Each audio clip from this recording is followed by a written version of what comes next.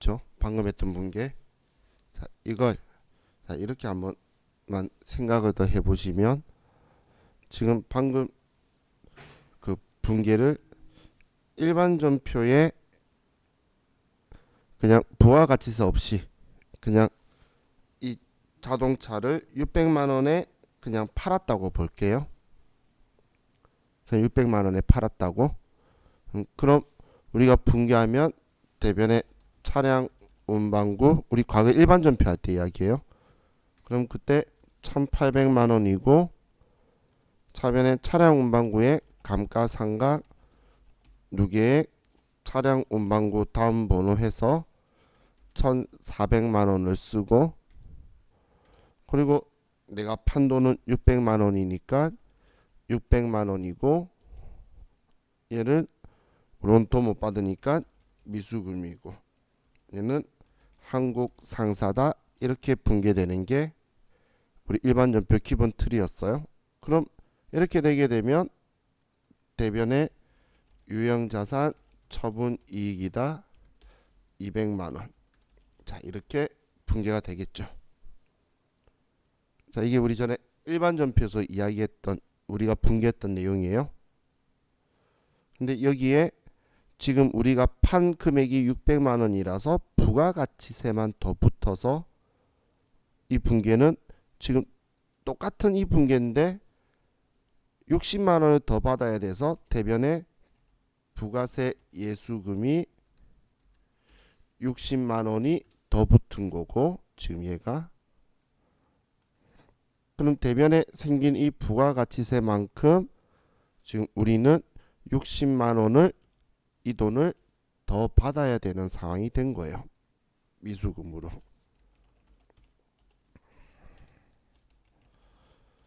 지금 얘만 지금 차변 대변에 부가세 예수금이 늘어난 만큼 얘만 더 들어와서 660이라고 쓴 거밖에 차이는 없어요 사실. 지금 여러분들이 매일 매출 전표에 쓴 거 보면 지금 붕괴는 위에랑 똑같은 거에 대변에 부가세 예수금이 있고 60만 원 더 받은 것밖에 없는데 느낌은 엄청 다르죠.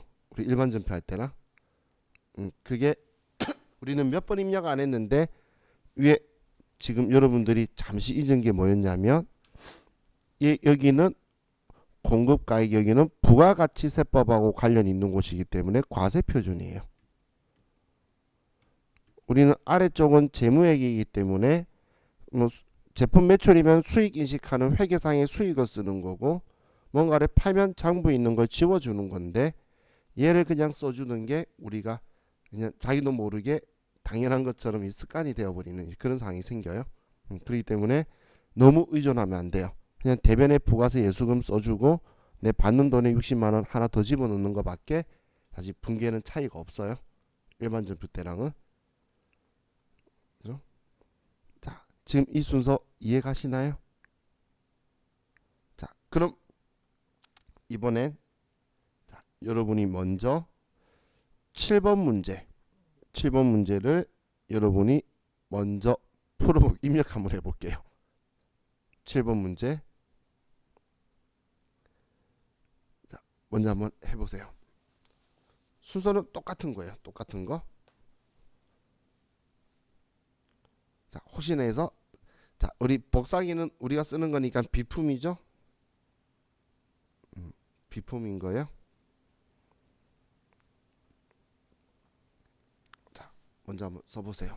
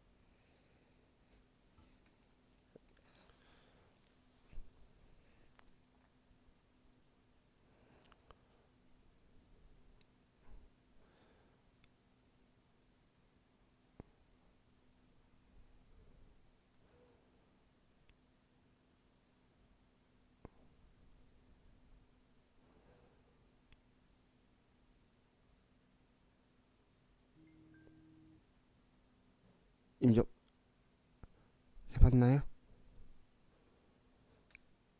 자, 입력했으면 본인이 한번 생각을 한번 해볼게요. 아직 하고 있는 거예요? 뭔가 입력을 해놨죠? 자, 그럼 우리 결론이 55만 원 손해다라고 나왔나요?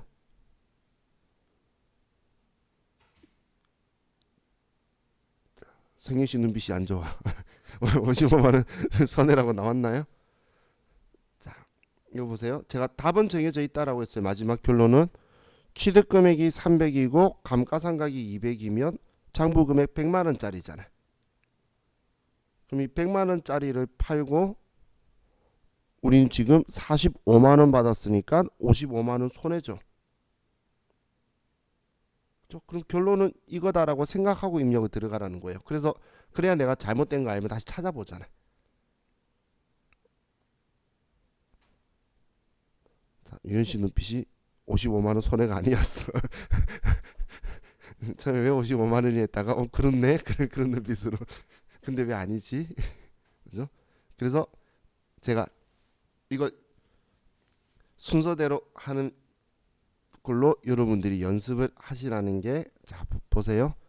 이 순서대로 가면 단순하게 하면 값이 그냥 빨리 정확하게 나와요. 자, 같이 따라서 그냥 위에 덮어 쓰시면 되니까. 자, 7일날 11번 매출과세고 세금계산서 발행한 거니까. 그리고 우리는 복사기를 판 거죠. 우리가 판매한 거는 45만 원의 별도예요.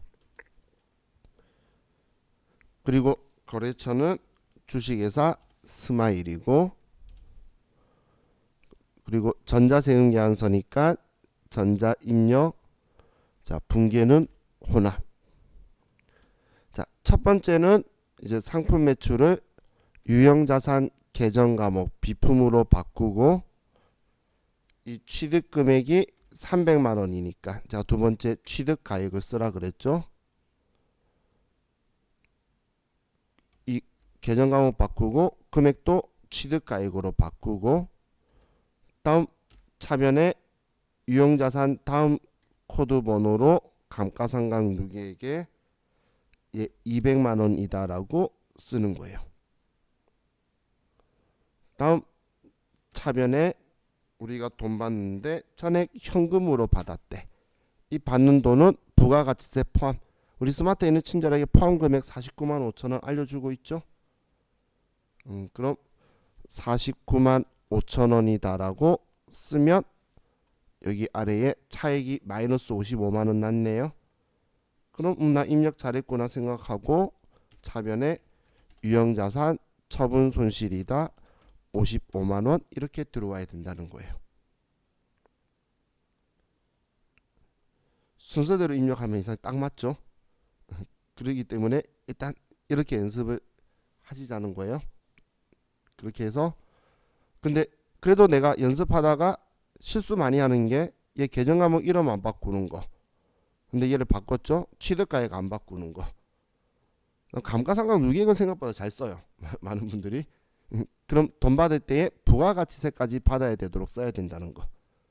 이게 한 번에 받으면 또 잘 쓰는데 20만 원은 뭐 현금 받고 나머지는 외상했다 이런 식으로 하면 외상에서 많이 헷갈려요. 20만 원 받았으면 29만 5천 원 받아야 되는데 이제 우리 세무사 시험은 막 45만 원에 별도로 매각하고 이렇게 적혀 있으니까 49만 5천 원이 팍 안 꽂혀요 느낌이. 그래서 부가세 포함이라고 생각하고 이렇게 쓰시면 자, 얘네들은 될 거예요. 근데 많은 사람이 어려워해요.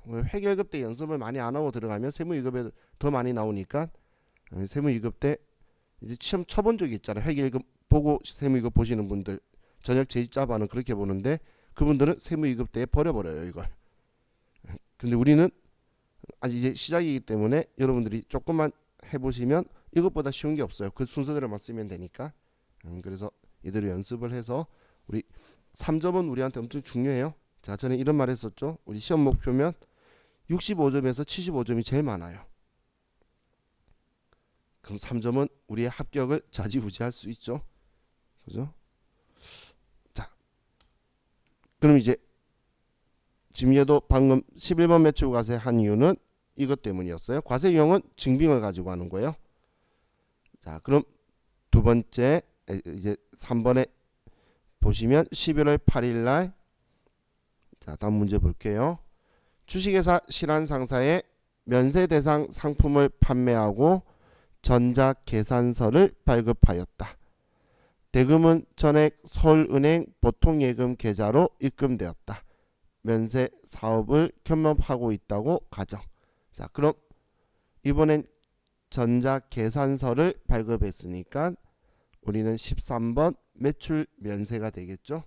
계산서는 면세 사업자의 적격 증빙이고 발급했으니까 매출이니까 매출에 면세가 될 거라는 거예요. 그리고 뭐 면세 대상 상품 팔았으니까 상품 매출이고, 그리고 보통 예금 서울은행으로 돈 받았다라고 해서 거래처 안 빠뜨려야 되겠죠. 자, 그럼 날짜 11월 8일 날, 자, 우리 매출에서 발행했으니까 면세다. 그래서 13번 매출 면세를 선택하고, 다음 우리는 상품을 팔은 거예요. 그럼 상품 팔았다고 쓰고 금액은 200만 원. 거래처는 신한상사. 이번에 전자계산서, 전자가 적혀 있으니까 전자입력. 그냥 계산서라 적혀 있으면 비워두는 거예요. 전자계산서니까 전자입력. 분계는 혼합. 자, 상품 매출 이번엔 맞으니까, 그리고 200만 원 맞으니까 엔터 치고, 차변에 돈 받는 건 보통 예금으로 200만 원 받았고, 이때 엔터 안 치고 제가 그냥 탭키 누르면 옆으로 넘어간다라고 했죠. 그럼 서울은행이다라고 써주면 되겠죠. 그렇죠? 자, 다음 4번에 신용카드 관련된 거래네요. 자, 11월 9일 날 개인 김영철에게 상품을 판매하고 신용카드 매출전표를 발급하였다. 그럼 신용카드 매출전표를 발급했으면 과세 거래냐라고 볼 건데, 거래 금액에 공급 대가라고 적혀 있죠.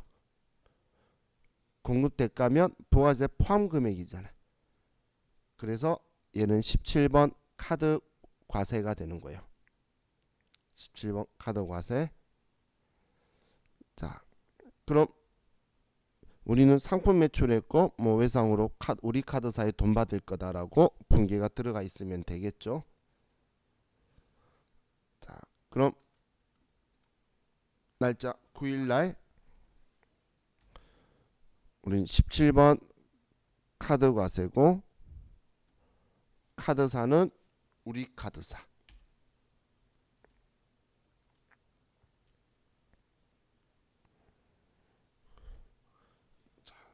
우리가 판 건 상품이 맞으니 똑같으니까 위랑 똑같은 걸로 아래 글자 나온 건데 그냥 일치하니까 엔터 쳤고, 자, 우리는 카드 거래는 공급 대가 22만 원 쓰면은 금액이 분리되죠.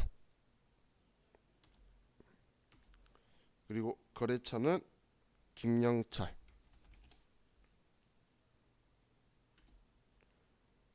그리고 얘는 뭐 전자다 이런 거 없으니까 분계는 일단 4번 카드. 그럼 상품 팔았는데 외상 매출금에 우리 카드사 적혀 있으니까 정확하게 계정 과목하고 거래처가 일치하죠. 그렇게 해서 엔터 치면, 자, 얘도 끝났네요. 자, 다음 이제 11월 10일 주식회사 맘모스에서 상품을 매입하고 전자세금 계산서를 발급받았다. 10월 4일에 계약금 20만 원이 지급되었으며 이를 차감한 잔액에 대하여 외상으로 하였다. 자, 이번엔 전자세금 계산서를 발급받았다라고 적혀 있죠. 세금 계산서를 받으면 나는 불공제 사유인지 아닌지를 문제 전체에서 확인해야 돼요. 그런데 문제를 봤는데 상품이나 원재료라는 글자가 있으면 얘는 불공제 사유일 리가 없어요. 그래서 그럼 51번 매입과세다라고 바로 선택하시면 돼요. 불공제 사유가 아니면 51번 매입과세 세금계산서 받았을 때. 그래서 자, 얘는 51번 매입과세고, 그럼 우리가 산 건 상품이고 우리가 샀으니까 돈 줘야 될 건데 10월 4일에 계약금 20만원 준 게 있네요.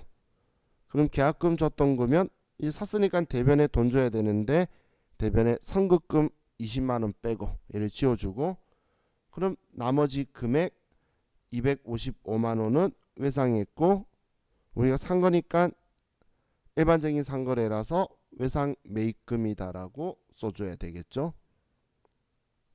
그죠? 일단 금액은 컴퓨터가 해줄 거니까 계정 과목 위치만 잡는 거예요. 자, 그럼 날짜 11월 10일 날 우리는 세금계산서 받았고 불공제 사유 아니니까 51번 매입과세고, 우리가 이번에 산 거 상품을 샀고 금액은 250만원의 별도. 자, 거래처는 맘모스.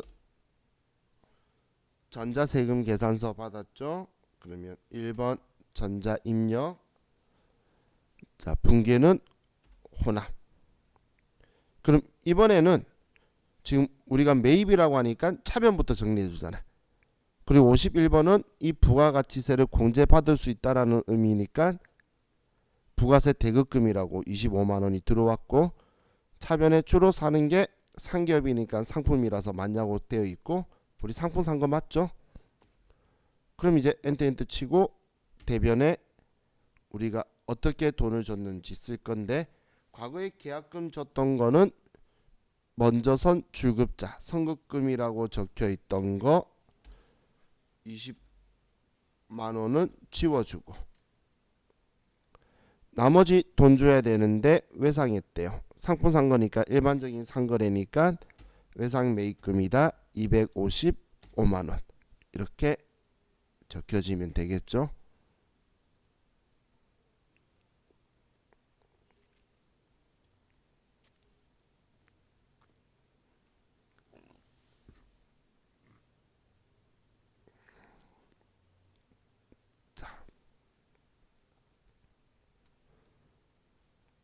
그럼 개념 과목 눈으로 한번 볼까요?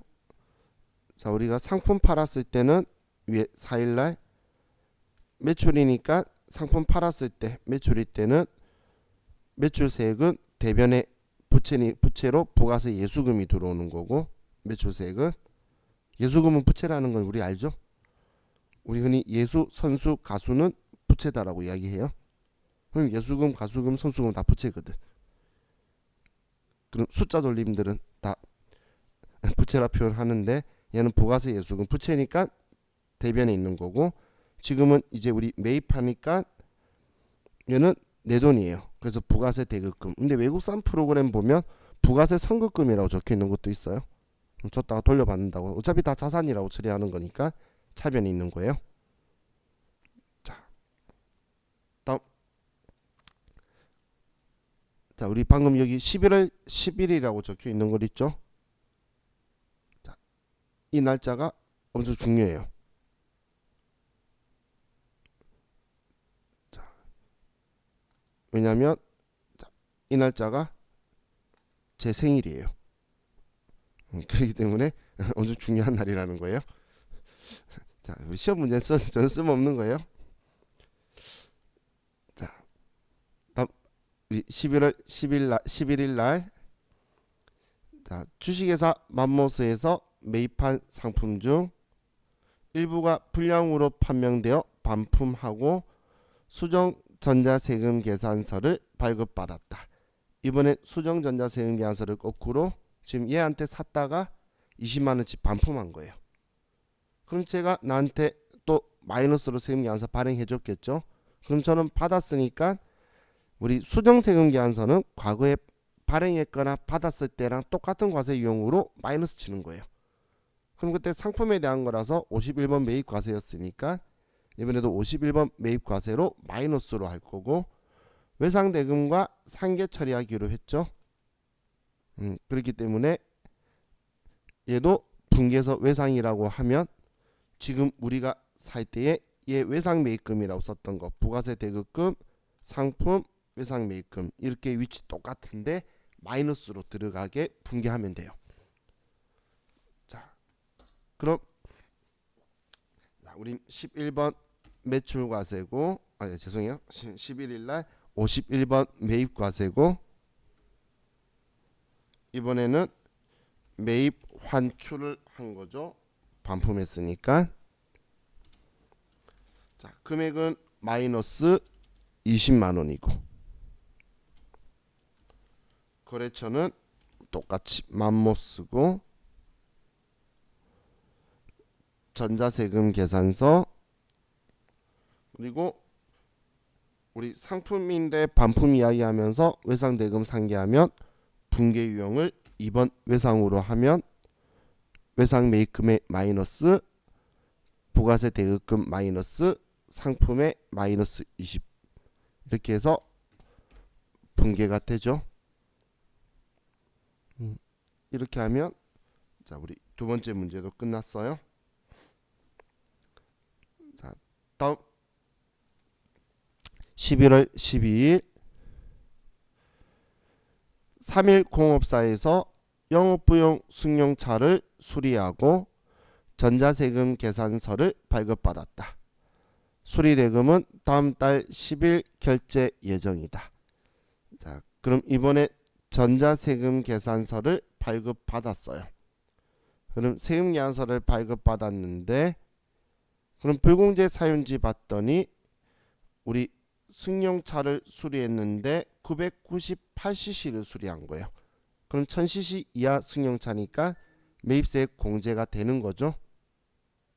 그렇기 때문에 51번 매입과세가 되는 거예요. 그럼 자동차 수리했고 얘를 수익적 지출로 처리하라는 건 비용 처리하라는 거죠. 그럼 자동차의 비용 처리하는 계정 과목 수익적 지출은 차량 유지비라는 계정 과목을 쓸 거예요. 그리고 수리대금은 다음 달 10일 날 결제할 거래요. 그럼 얘 상품 원재료 산 거 아니니까 미지급금이라고 써주면 되겠죠. 그죠? 그래서 자, 얘 그럼 입력해 볼게요.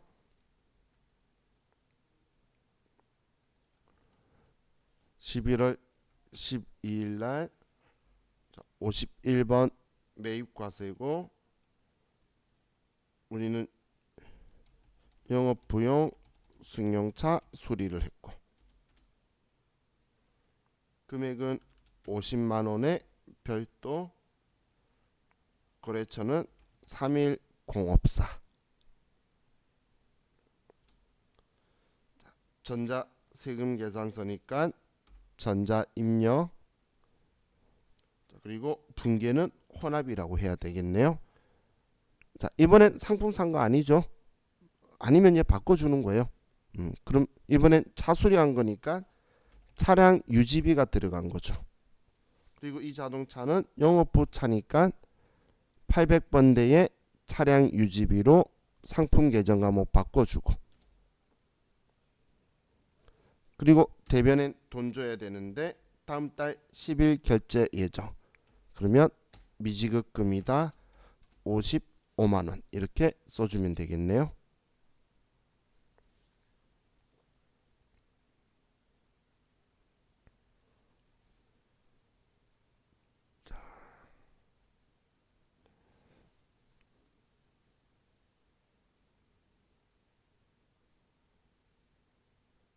다음 11월 13일 영업부의 전화요금 청구서이다. 작성일자를 기준으로 입력하고 납기일에 보통예금 통장에서 자동 이체된 거래의 입력은 생략한다. 자, 우리 여러분들 전화요금 고지서를 나 아니면 전기요금이든 뭐든 좀 들여다보면서 자세히 한번 읽어보신 적 있나요? 음, 저는 화장실 가면 잘 읽어요. 화장실 가서 그 신문 들고 들어가든지 아니면 집에 우편물 오고 잔뜩 들고 가가지고 거기 적혀 있는 거 다 읽어요. 가끔씩 뭐 약간 적혀 있는 것도 심심하잖아. 잘 읽는데 근데 아마 이렇게 적혀 있는 거 얼핏이라도 보신 분도 있을 거예요. 이 줄. 이 청구서는 부가가치세법 시행령 몇 조 몇 항에 따라 발행하는 전자세금계산서입니다. 그죠? 그럼 이걸로 전자세금계산서를 가름하는 거예요. 그럼 세금계산서라면 필요적 기재사항이 있어야 되겠죠. 그래서 내용을 잘 보시면 얘처럼 작성 일자가 있고 그리고 우리 보면 공급 가액과 그리고 세액이 별도로 적혀 있고 그리고 공급자는 거래처 등록을 우리가 해뒀을 거고 그럼 우리 필요한 거 전부 다 들어와 있죠. 그죠? 뭐 공급자 등록번호는 여기 거래처 되어 있을 거니까 그럼 자 지금 항상 이렇게 하는 거예요. 여러분들 회사 가셔도 공급 시기가 부가가치세 신고하는 거니까 이 날짜 기준으로 매입 매출 전표에 쓰는 거고 근데 우리 전화요금은 납부 기한 일에 돈이 빠져나갈 거잖아. 그래서 빠져나가기 전까지 이 날짜에 쓰면서 미지급금이라고 써뒀다가 돈 빠져나가면 일반 전표에서 미지급금 지으면서 돈 빠져나갔다고 쓰는 거예요. 왜냐면 우리 공급 시기에 부가가치 신고해야 되기 때문에 이 날짜를 기준으로 작성도 하고 환급도 이 날짜 기준으로 신고 날짜에 환급받는 거예요. 이 부가가치세 15,540원은 돌려받을 거라는 거예요. 17,940원 내고 그리고 이 돈은 돌려받을 거예요. 우리 매출세액 창출하는 사업하면서 들어간 거기 때문에 자 그래서 자 지금 여기에 작성일자 공급시기인 11월 13일 것만 쓰고 납부기한에 통장에 돈 빠져나간 거는 이거는 그 날짜에 일반 전폐 쓰는 거니까 신경 쓰지 말라 그 이야기예요. 자 그럼 우린 세금계산서를 받은 거고 불공제 사유 아니죠. 우리 회사 전화요금이니까 그래서 51번 매입과세가 되겠죠. 불공제 사유 아니니까 그리고 전화요금이고 금액은 우리 15만 5,400원 그리고 거래처는 KT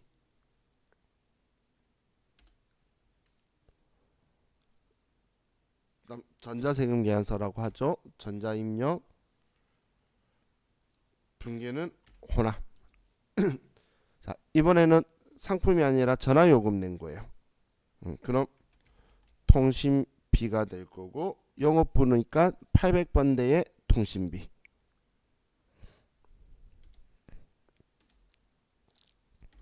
다음 대변에 우리는 납기일에 낼 거니까 지금 이 시점에서는 아직 안 낸다는 이야기죠.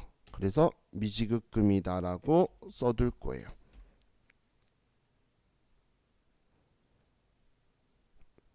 자, 그래서 여러분들이 회사에 있는데 이 고지서 날라오면 그냥 그거 뜯어가지고 거기 적혀있는 작성일자가 적혀있을 거예요. 전화요금이든 전기세든 가스요금이든 적혀있는 대로 해서 이거 보고 쓰는 거예요. 여러분들이 입력해놓고 납부할 때에 전부 다 미지급금이 날아가는 거예요. 미지급금 지우고 대면에 돈 나가는 거예요. 그건 일반 전표에서. 자, 다음 이제 374페이지에 11월 14일 날 격리부서 직원의 회계 정보 처리 능력을 향상시키기 위하여 한국회계학원의 위탁 교육을 실시하고 전자계산서를 발급받았다. 대금은 전액 현금으로 지급하였다. 그럼 이번에는 전자계산서를 발급받았다라고 적혀 있죠. 그럼 계산서를 받았으니까 우리 계산서는 면세사업자의 적격증빙이라 그랬어요. 그래서 53번 매입 면세. 그럼 우리 직원들 교육시킨 거예요. 직원들 교육시켰으면 우린 계정과목 교육훈련비라고 쓸 거고, 그리고 격리부서 직원이니까 800번대 교육훈련비로 하고 대금은 전액 현금으로 지급했다. 그렇게 하면 되겠죠. 자, 그럼 계산서 받은 거니까 11월 14일 날 이번엔 53번 매입 면세고, 그리고 우리 직원들 위탁 교육을 했고, 금액은 80만원, 거래처는 한국회계학원, 그리고 전자계산서니까 전자입력. 자, 분계는 현금 하셔도 되고 혼합하셔도 되고, 왜냐면 현금으로 지급하였다고 적혀 있으니까. 자, 그럼 이번에 상품이 아니고 직원들 교육한 거니까 교육훈련비 800번대로 바꿔주고,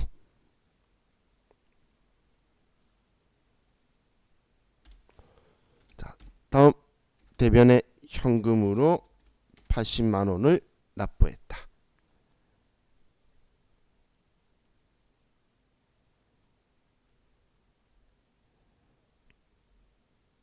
자, 이렇게 하면 이번 거 끝났고, 자, 11월 15일 날 해피농원에서 매출거래처 개업 선물로 보낼 화분을 구입하고 전자계산서를 발급받았다.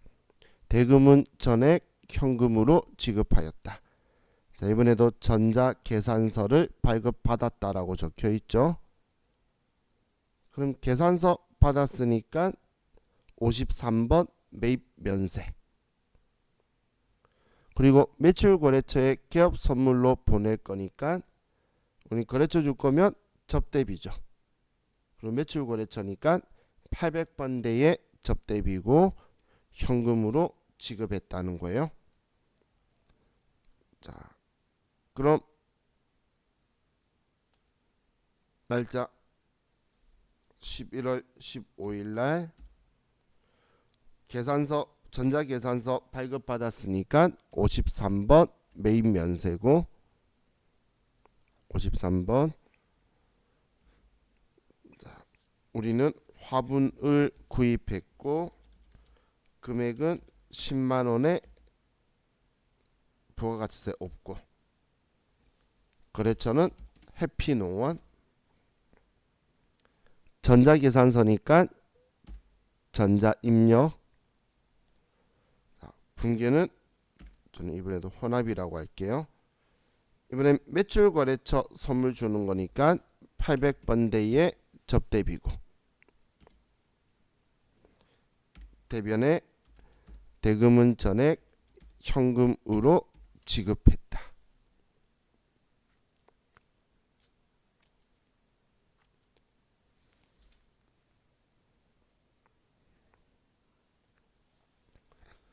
자, 다음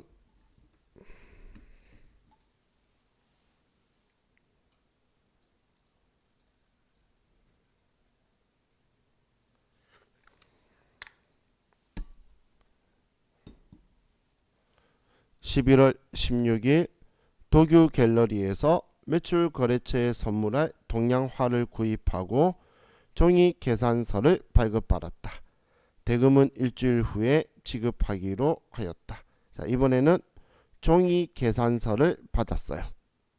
어떻게든 계산서 받은 거죠. 계산서는 면세. 그래서 53번 메인 면세고, 종이니까 전자에는 체크 안 할 건데, 이번에 동양화 크림 샀나 본데 얘도 매출 거래처에 줄 거죠. 거래처에 주려고 산 거면 우리는 접대비, 매출 거래처니까 800번대 접대비.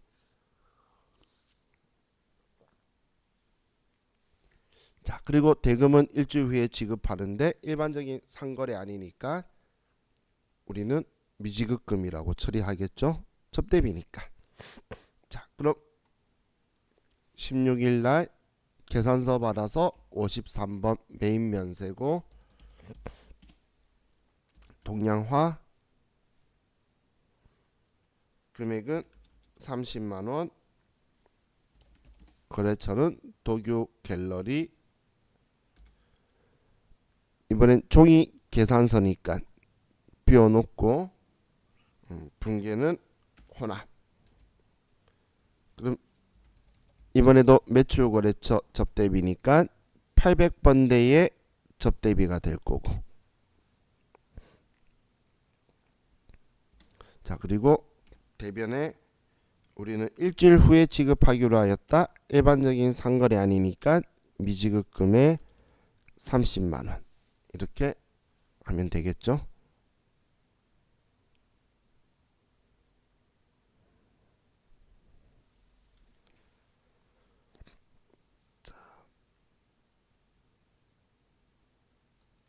다음 11월 17일 주식회사 진로마트에서 매출 거래처에 선물할 선물 세트를 구입하고 전자세금 계산서를 발급받았다. 대금은 전액 외상으로 하였다.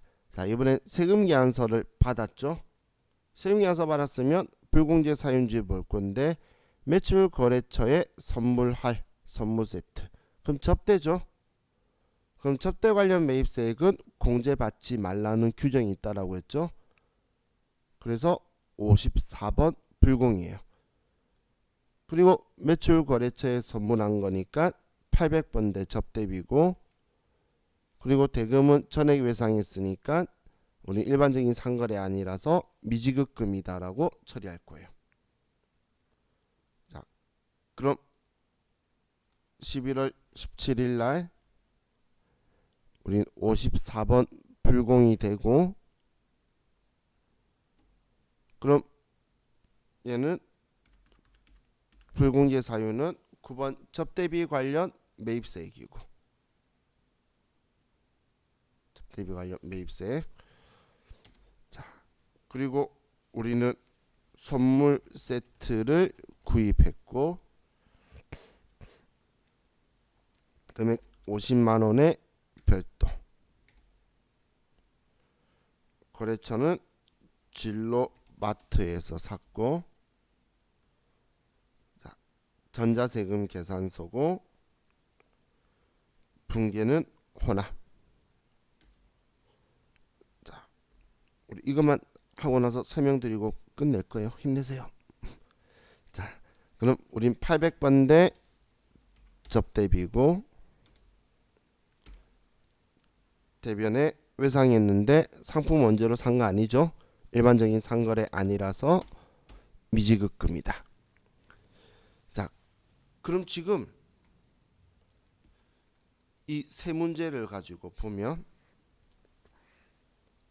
자, 지금 이 문제, 이 문제, 이 문제 전부 다 매출 거래처에 선물 보냈어요. 그런데 과세 유형이 틀리죠. 그 이유가 뭔지 이해가시나요? 증빙이 다르죠. 증빙이. 자, 여러분들 이렇게 생각하시면 돼요. 자, 지금 위에 있는 이 두 문제는 우리가 부가가치세를 준 적이 있나요? 위에 있는 이 두 개는 면세품이라서 부가가치세 없는 계산서로 부가가치세 준 적이 없어요. 지금 여기에 두 개 보면 지금 얘 둘이는 부가가치세를 준 적이 없죠. 부가가치세를 준 적이 없는데 매입세액이 공제되니 안 되니 하는 건 제 표현대로 하면 로또 안 사고 1등 되니 안 되니 이야기하는 거예요. 그죠? 한마디로 우리는 세금 계산서 받았을 때만 불공제 사유 접대내라고 이야기하는 거지, 계산서 이런 것 받는 것처럼 면세 거래에서는 그런 이야기를 하는 게 아니라는 거예요. 이해가시죠? 그렇기 때문에 우리는 항상 과세 유형은 증빙을 가지고 생각해야 되지, 거래 내용 보면서 접대 불공제 사유인데라고 바로 뛰어들면 안 돼요. 증빙 가지고 과세 유형을 찾는 거예요. 그죠? 그래서 얘는 같은 접대라 하더라도 과세품. 그래서 세금 계산서 받았으니까 신고는 하되 공제되는 부가세 대급금은 여기에 존재를 안 하죠. 그래서 자, 얘는 불공이 됐다라고 보시면 돼요.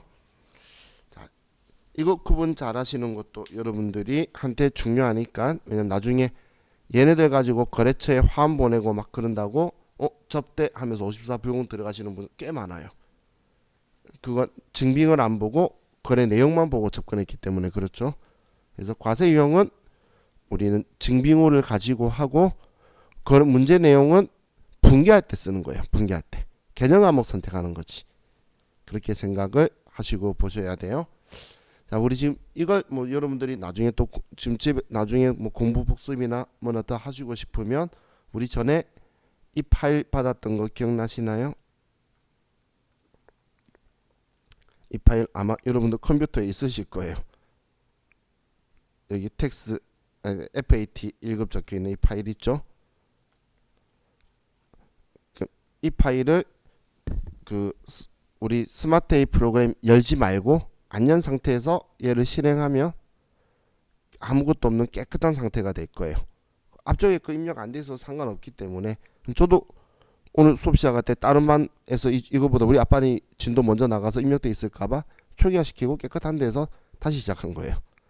그래서 여러분도 만약에 입력하는 것도 같이 프로그램하고 익숙해지는 것도 당연히 중요한 거예요. 쉽게 익숙해지기 때문에 제가 크게 말을 안 하는 거지. 그래서 컴퓨터에 입력하면서 연습하실 분들은 초기화시켜서 뭐 했던 만큼 또 써보시는 것도 좋은 방법 중에 하나일 거예요. 아시겠죠?